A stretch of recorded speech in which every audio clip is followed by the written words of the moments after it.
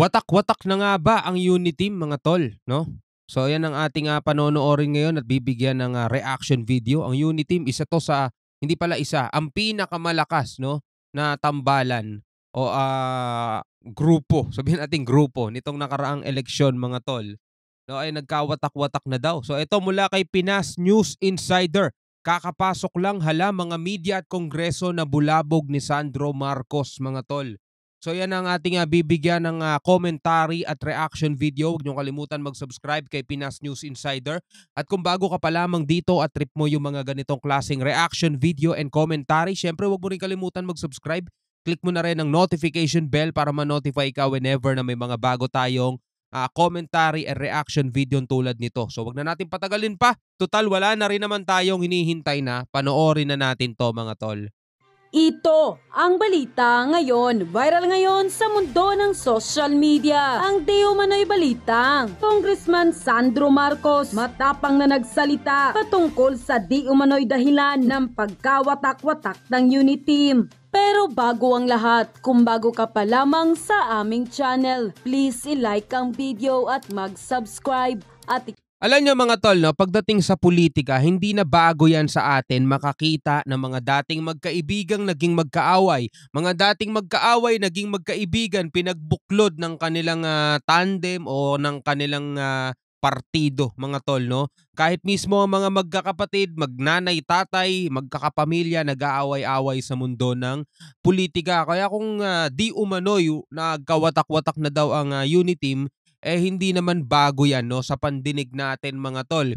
Kasi talagang ang tumatakbo kadalasan sa politika is yung mga personal na interes o pamumulitika lang din naman mga tol 'no. So tuloy natin. i-click ang notification bell para mas maging updated ka palalo sa lahat pa ng bagong video na i-upload namin. At eto na nga mga kababayan, kamakailan nga lamang sa isang pahayag, nagsalita na si Congressman Sandro Marcos kaugnay sa tila pagkawatak-watak di umano ng Uniteam. Ito na yata ang hinihintay ng lahat na may magsalita sa kung sino at ano ang dahilan sa tila pagpapasabong ng mga Duterte at Marcos. Nagbigay nga na makabuluhang pagpapaliwanag si Congressman Sandro Marcos ukol dito. Sa ngayon kasi sa mga nangyayari, porket galit sila sa mga Duterte, naniniwala agad sila sa mga paninira dito. At yung iba naman na may galit sa mga Marcos, naniniwala din agad sa mga naninira dito. Kaya andun na ang paghati-hati. Hindi na nila naiisip kung sino ang matutuwa at ang magiging resulta sa mga nangyayari ngayon. At alam naman natin, malapit na ang 2025 election. At alam naman natin ang pagnanais ng mga oposisyon o dilawan na makabalik sa gobyerno. At alam naman natin ang kanila ring kagalingan, kaya gagawa sila ng paraan para muling makabalik sa pwesto. At ang lakas ng tandem ng Marcos at Duterte na alam nating hahadlang sa kanilang kagustuhan. Kaya malabong makabalik ang mga dilawan. Kaya wala silang ibang gagawin kundi pag-awayin di umano ang dalawang malalakas na lider, Duterte at Marcos, at guluhin para humina ang depensa at muling makapasok ang oposisyon sa gobyerno. Oh! Sa tingin ba ninyo mga tol, eto na talaga ang nangyayari no? Merong sumasabotahe mga tol no, pinag-aaway ang iisang partido lang dati, Uniteam. No? Kasi nga naman malakas yan eh. Marcos, Duterte, parehong may ano yan. Parehong merong malakas na supporters yan mga tol. No? Kung sakasakaling biglang magkakagalit sila mga tol, merong papagitna. Pwedeng maging partner ng mga Duterte o pwedeng maging partner ng mga Marcos mga tol. No? So sa tingin ba ninyo mga tol, ganun na nga talaga ang nangyayari no mga kapatid? Dito sa mundo ng politika kasi ang eleksyon mga tol hindi ito yung tipong katulad ng nakikita natin na kapag binigyan na ng 1 week o 1 month na campaign period, doon pa lang kikilos tong mga to para mangampanya. Hindi nagtatanim na yan 4 years, 3 years, no? Nagtatanim na ng ganun yan, nagpapakilala na yan, nagpapalapad na ng mga papeles nila, di ba? Kapag gusto nilang maupo, lalo na kapag ang uupuan nila ay talagang nangangailangan ng pangbuong Pilipinas na suporta, talagang kailangan maya't maya ka na sa media. Kailangan talaga maingay ang pangalan mo sa social media, mga tol. Ganun talaga yan. Siyempre, kung merong nakaharang na isang pader din, kailangan gibain mo muna yon bago ka makapasok, di ba? So, ano sa tingin ninyo? Pwede kayong mag-comment sa ibaba, mga tol. No? Tuloy natin. Pero tanong ng mga kababayan, totoo kaya ang mga legasyon na pinupukol sa kanila ng mga dilawan o Yan din ang tanong sinisira ko. lamang sila ng mga oposisyon? Nang lumabas nga ang balitang ito, marami sa ating mga kababayan ang hindi napigilan ng kanilang sarili na magbigay ng kanilang hinaing at komento sa mundo ng social media. At ayon pa sa kanila, si Tambaloslos at makakaliwas sa Kongreso ang may gustong pag-awayin si Sara at BBM. Sana tayong mga DDS at loyalista, lawakan ang isipan, pilit tayong pinagsasabong ng kalaban.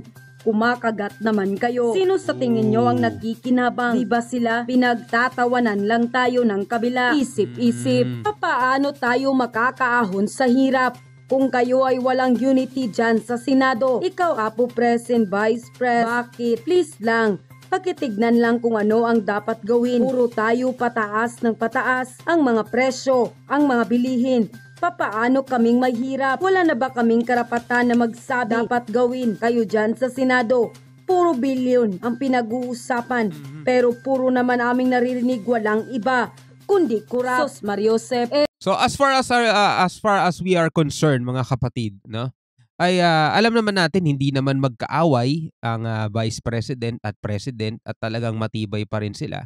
Pero yun nga, dahil may mga propaganda, may mga naglalabas na eto ang tunay na uniteam, di ba? Tapos picture ni Speaker at saka ni PBBM. May mga gumagawa kasi nun, mga tol. Tapos sinasakyan ng taong bayan, syempre nakakarating din sa Vice President, nakakarating sa President, mga tol. Lumalabas sa mata ng mga mamamayan, magkaaway sila. So nawawala talaga uniteam kasi ano mga tol, ang pundasyon niyan is yung mga taga-suporta din eh. 'Di ba? Kahit naman na magtambalan yung dalawa, kung walang susuporta o walang pundasyon, mahihina pa rin 'yun, mga tol. Pero 'yun nga, no, yung paano aasenso ang Pilipinas, 'di ba? Kung eto na nga yung pinakaunang part, yung pagkakaisa, unity, is masisira pa dahil sa mga propaganda ng may mga kanya-kanyang interest. Ano na mangyayari, 'di ba? Ano na mangyayari, 'di ba? Di ayusin nyo kung meron mang sumisira sa uniteam. Tuparin ang pangako para sa ikabubuti ng mamamayan na umaasa sa totoong pagbabago. Tambaloslos lang ang dahilan niyan. Anko. Ni former President Rodrigo Duterte. At matagal na silang magkaibigan. Medyo malayo ang pinagdaanan nilang dalawa. At lagi naman silang kasama kahit noon pa. And I think ang nangyayari ngayon ay nakikita natin na may konting pattern, no? Na nakita ata ng oposisyon na parating na ang midterm elections at ang only chance, kumbaga, na makabalik sila ay kung ipag-aaway ang mga dalawang kampo na I guess ang tinatawag ng DDS or loyalist or whatever na nagkasama sa halalan. Alam naman natin na ang resulta doon ay ang naging 31.8, 31.7 million na boto. Yeah. Na alam naman natin kung mauulit yan sa 2025, wala silang pag-asa na bumalik. So I think that's part of it. That's why ang dami kong nakikita ng interview na with opposition identified personalities na nagsasabi may naghiwalay na yung mga iba't ibang kampo na magkasama noon. I think that's all an attempt to really create divisions within an administration that has been so focused on unity in order to make a comeback sa election. And sa totoo lang, sa resulta na nangyari noong 2022, sa napakalaking agwat, I think it's safe to say naman na ang tinatawag nating oposisyon na lumaban noong 2022 ay hindi ko naman sasabihin na wala na, pero medyo mahina sa ngayon. So it's normal naman to have disagreements within a camp. It's not normal to agree 100% on everything. So normal naman yun na people don't see eye to eye. But kami naman, those who are, I suppose, na medyo malapit sa ating Pangulo, ay alam ko na taos puso sa nagpapasalamat FPRRD. So yun na nga, no? Galing na mismo sa isang Marcos, mga tol. Ang nakikita niya at ipinapahatid niya sa taong bayan, partikular mga tol sa tinatawag na DDS at loyalist.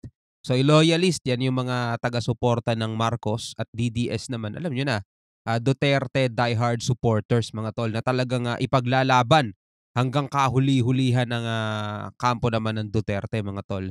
So sabi niya nga ganun para makabalik ang oposisyon, dahil talaga namang sobrang 'di ba, naaalala ninyo yung mula pa dun sa 8 diretso at saka dito pa sumusunod na halalan mga tol. Talagang makikita mo naging mahina sila, 'di ba? Mahina talaga mga tol. So eto na nga, dalawang pader yan Marcos, 'di ba, loyalist, tapos DDS, Duterte, dalawang pader yan. So kailangan mo talagang isa sa kanila ang gumuho para may pumalit, 'di ba? So nakikita mo naman mga tol kung ano nang nangyayari ngayon, 'di ba? Ang dami nating mga nababalitaan na gustong ipa-impeach, gustong papasukin ng ICC, 'di ba? Hindi ba nagkakatugma-tugma, 'di ba? Yung mga bagay na ganyan. Tapos biglang may lumalabas, the real Uniteam, papakita si Speaker at saka si PBBM lang. 'Di ba ang Uniteam ang mukha niyan agila at saka tigre, 'di ba? Agila at tigre. Yung yung green at saka red. Tama ba? Green at saka red. O parang gano'n mga tol, 'di ba? Kung makikita mo na ngayon ay binubutasan, sabi ng gano'n. Ito hindi galing sa akin 'to, galing 'to kay Sandro Marcos, na na identified daw na mga opposition personality ang mga nai-interview at mga nagsasalita na kung ano-ano mga tol, para magkaroon ng division, no, sa panig ng mga tao. Yung mga taga-suporta ng loyalist binibira na ang DDS, yung mga DDS binibira na yung mga loyalist. Pero dati sila yung magkakasama doon sa kampanya, 'di ba? Doon sa doon sa campaign rally, 'di ba? Sila magkakasama. So ano 'yan matibay na pundasyon 'yan na kapag nagiba mo nga naman talaga, puwedeng-puwede kang makapasok, 'di ba? Well, kung kayo tatanungin mga tol, ano masasabi ninyo dito sa nangyayari ngayon sa ating bansa? Talagang buhay na buhay pa rin ang mga pulitika, pamumulitika mga tol, no? Well, puwede kayong mag-iwan ng comments sa ibaba mga tol, at basahin natin 'yan sa comment section. Hanggang sa muli, ako nga pala si Shobaldi. Peace out.